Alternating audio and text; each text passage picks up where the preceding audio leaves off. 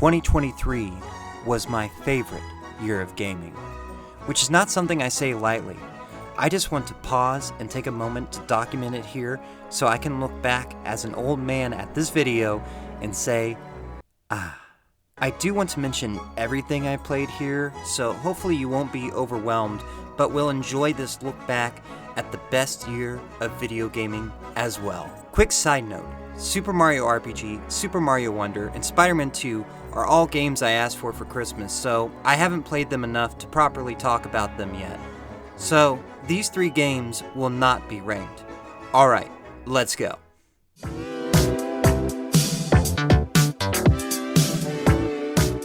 Tactics Ogre was the game I was most looking forward to for Christmas 2022. So even though it's a 2022 game, I mostly played it in 23. Did I know it was going to be a hard game? Yes. But I spent hours upon hours watching this guy's channel and was ready to dive deep. But boy did it not click with me. I did more research, asked fans online for help. After all this, my wife walked by and said, "What are you doing?" "Oh, just having the computer play for me." "Why are you doing this?" "You're right." Chained Echoes came out so late in 2022, it's really a 2023 game for me. I put about 15 hours into this game, and that's where it now stands. In that black hole of good games over a year old that I might finish one day. I mostly saw this as a retro-inspired JRPG to play until Octopath Traveler 2 came out. I will give it credit that every single random encounter is fun in this game, and it has one of the best mechanics system I've ever seen. I just wish it wasn't so hard at times, and I had to turn down the difficulty on certain boss fights. Pokemon Scarlato was a Christmas gift given to me from my mother-in-law. And yes, you heard me right, Scarlato. Scarlato. She accidentally got me the Italian version of the game. Luckily, the Switch plays it in English just fine, and I think it's thick irony that a game that is so full of bugs and glitches, it has one on the box art. I treasure this case. I say this every new Pokemon game, but the improvements make this game my new favorite Pokemon game. The open nature of Scarlato shines through its visual mistakes, and plotting my own course through this game was some of the most fun I had in 2023. Thanks, Don. Splatoon 3 gets the honorary bronze medal for this year. It's the 3rd best game I played this year. I absolutely adore the main campaign of this game, and it's something I want to scream at all video games. Make it short, make it unique, make it as polished as possible. The multiplayer aspect of this game was not my cup of tea, but I was glad it was there. So many people are missing out on one of the best single-player campaigns out there. The following are 2023 games that did not make my top 5, in no particular order.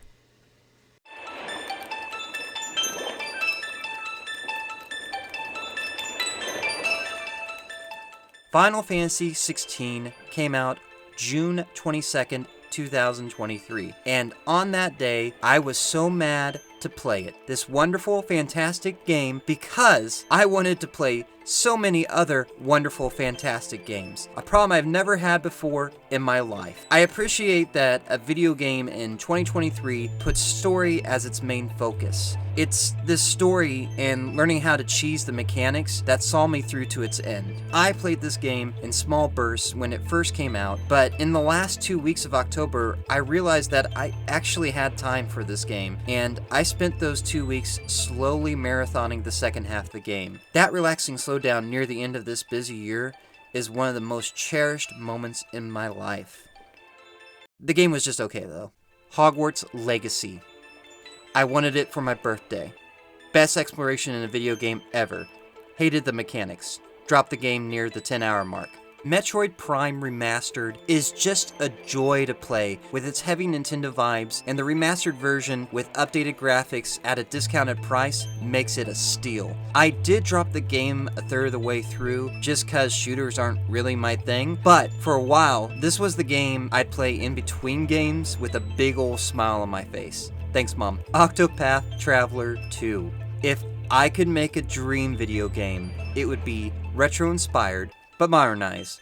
a JRPG with a turn-based battle system, specifically one where you can stack turns, that's story-focused, and if possible, a direct sequel to one of my favorite games of all time. Well, Octopath Traveler 2 is my dream game.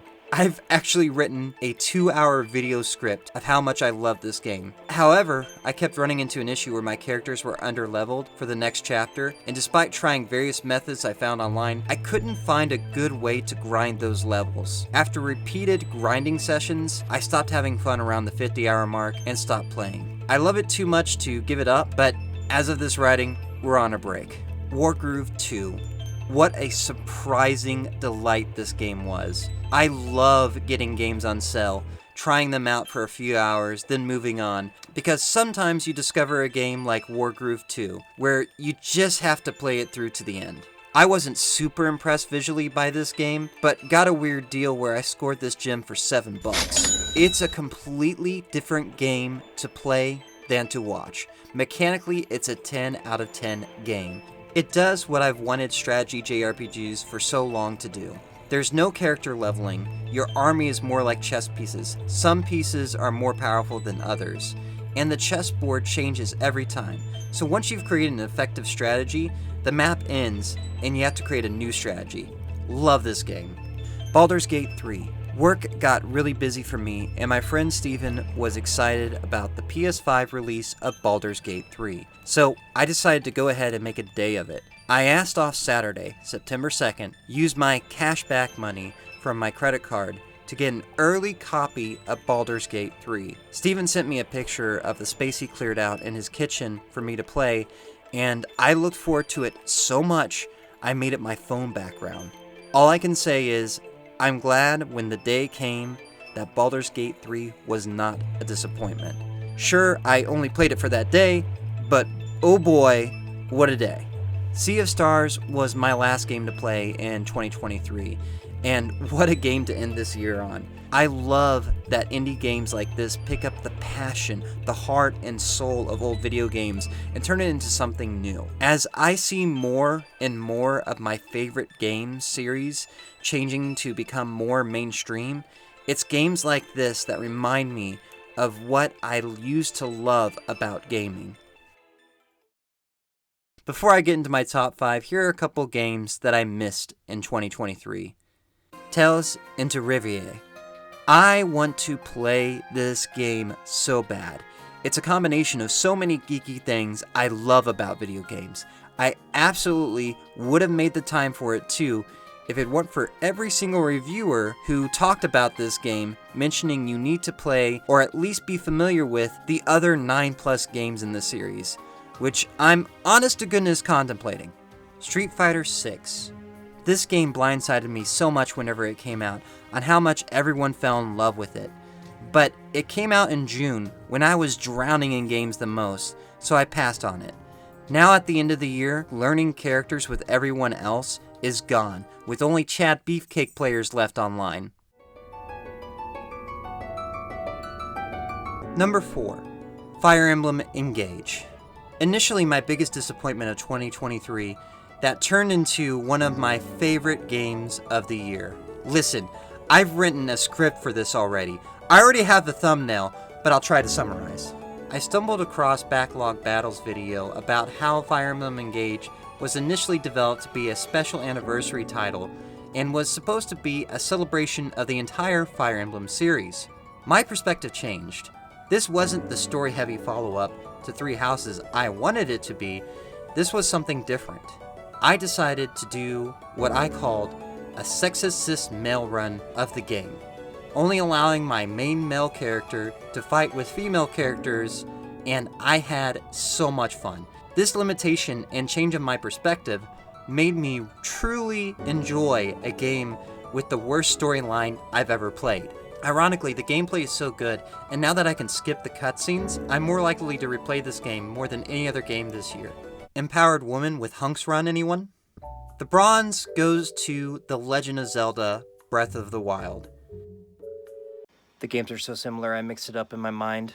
This game is a perfect game that deserves to win Game of the Year for most people.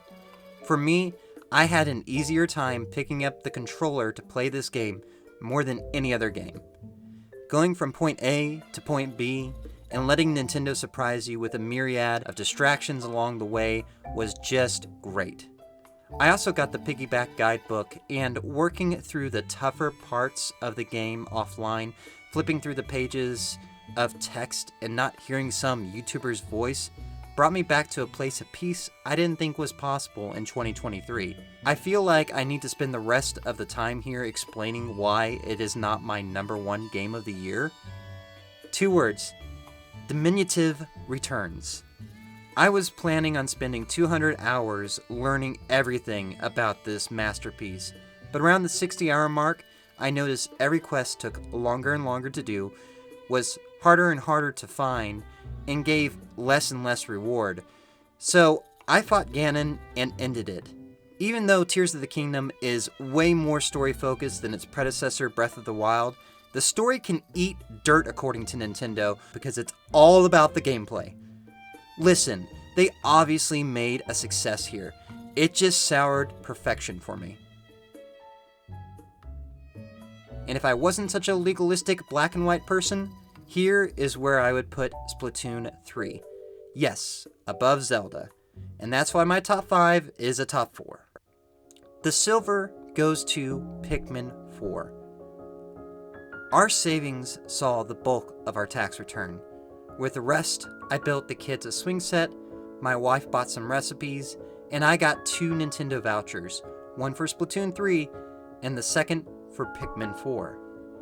I actually started crying when I booted up Pikmin 4, because I knew it was going to be a weird game by Nintendo with a big budget, and I thought I'd never get to play a game like that again.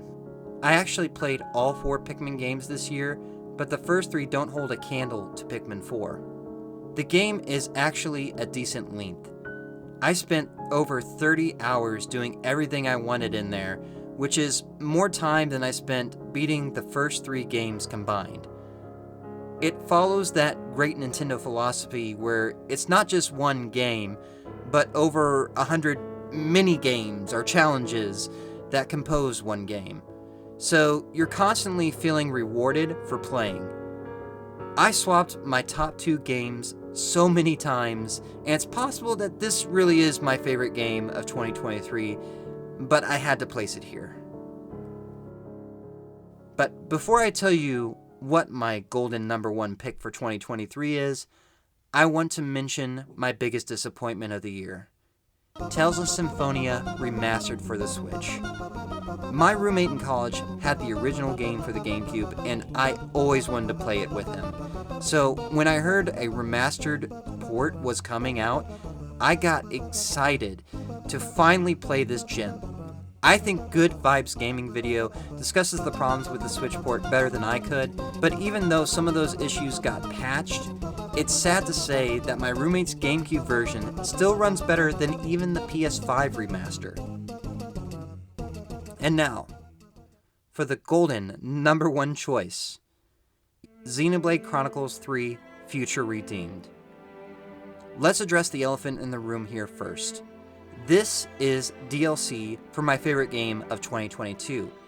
This DLC came out in 2023, but it uses the backbone of the 2022 game.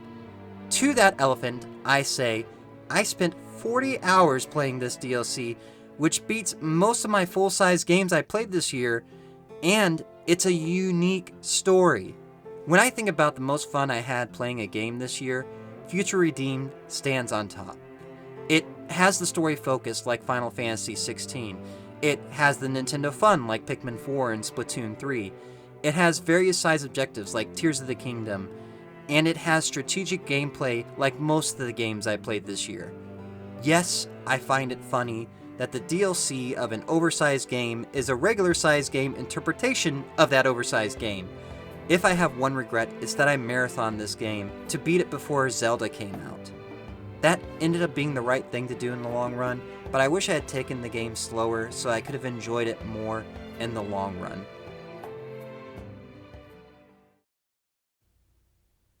I spent a lot of time talking about the games, but I want to talk about why this year means so much to me.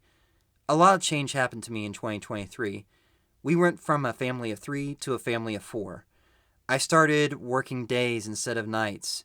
But most importantly, I started changing my primary focus from video games to family. I got rid of my daily Mountain Dews from the house.